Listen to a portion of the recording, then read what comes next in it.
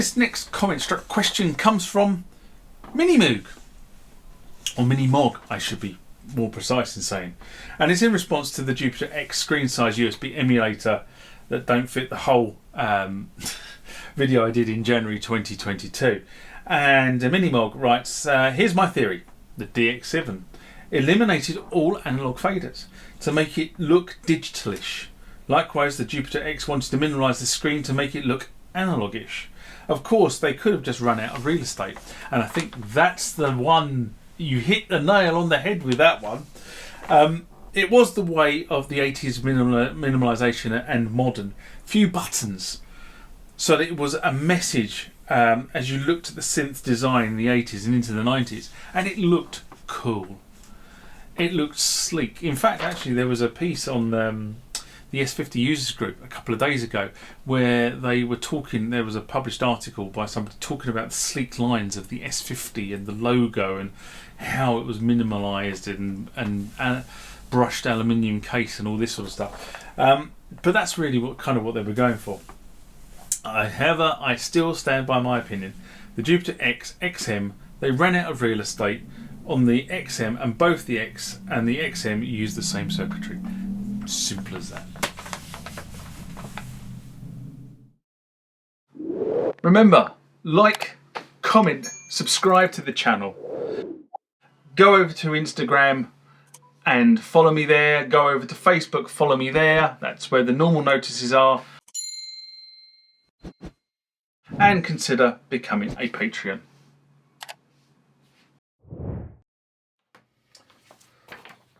The next comment comes from 5pin Din. And this is in response to the Dear Korg video I did in January 2022.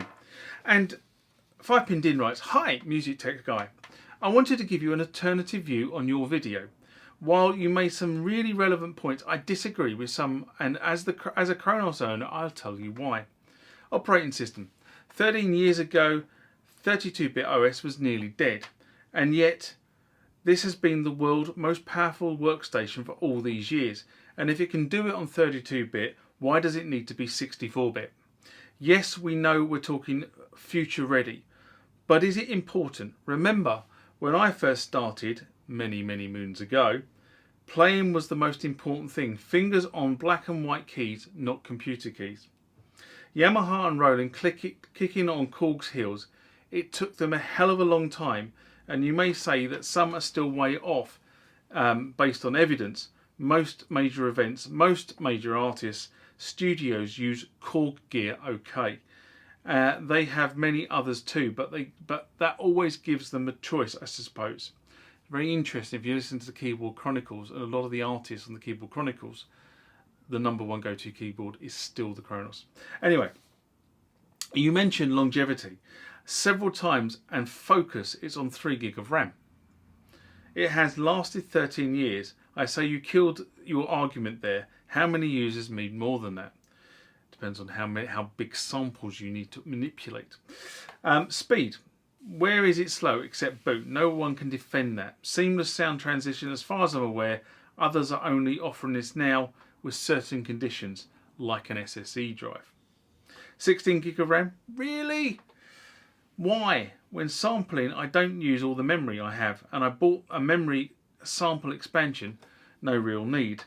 This is simply additional cost we don't need, but it is cheap as chips now. Agreed with the tilt mech for the display. I love it on my M3, and as I get older, external monitor is a great idea. Bang on there. User interface. You mentioned the Nautilus is a cheaper, smaller brother of the KRONOS and should have a smaller screen.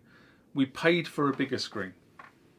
I have no affiliation to Korg, but I am a massive fan.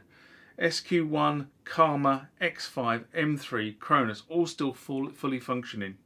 So I'm going to stick up for them here and say, to my knowledge, Korg haven't stated what it's going to be, the replacement to the KRONOS. So I think it's a bit unfair for you to say that they may not be listening to the user community.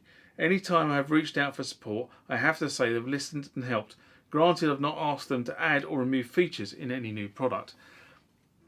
I've got to be honest and say Korg support is actually very, very good. I've used them several times, and I have to really sort of agree here that Korg support is really good. VST engines, we all love to have more, but are we being too greedy? Isn't that Korg's chance to generate revenue? It is reasonable for us to get legacy systems, including as effectively free. Sampling, some valid points, but where do you stop? Maybe as I'm not a sampling user, I don't see as many issues as you guys. Sequencer, how many times do users go over 16 tracks of MIDI at any time? Isn't this why we have 16 audio tracks to allow us to bounce down? I suspect more features will drive up prices. I may be wrong. Korg is still the workstation leader. I've watched the videos of Roland and Yamaha for their flagship and smiled when they tell us something they've added that we've had for a while on the KRONOS platform. P.S. I'll probably be one of those people who have little to moan when the new big thing is released. But I'm also a realist and know that books have to be balanced. Keep up the great content. Regards, Dave. Well, Dave, thank you very much.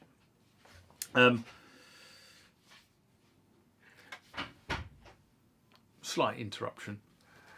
Thanks, but Dave, thanks for the thoughtful response. And if we all agreed on things, the world would be a really boring place. I've said this many times on the channel.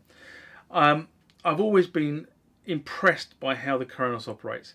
It is based on the use of a real-time Linux kernel, and it's what allows the KRONOS to switch patch while continuing playing, and a number of other features that the KRONOS has, while also being extremely good at managing the memory usage, as you say, 3 gig of RAM. Of course, the SSD does help because you can effectively page to SSD as if you're paging to memory. It's only slightly slower. But like you and many others, the boot time for the machine is confusing given that there actually is an SSD installed.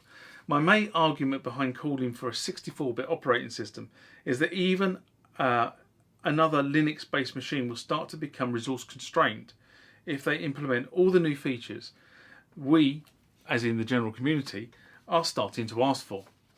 But I really did enjoy your comments. Thank you.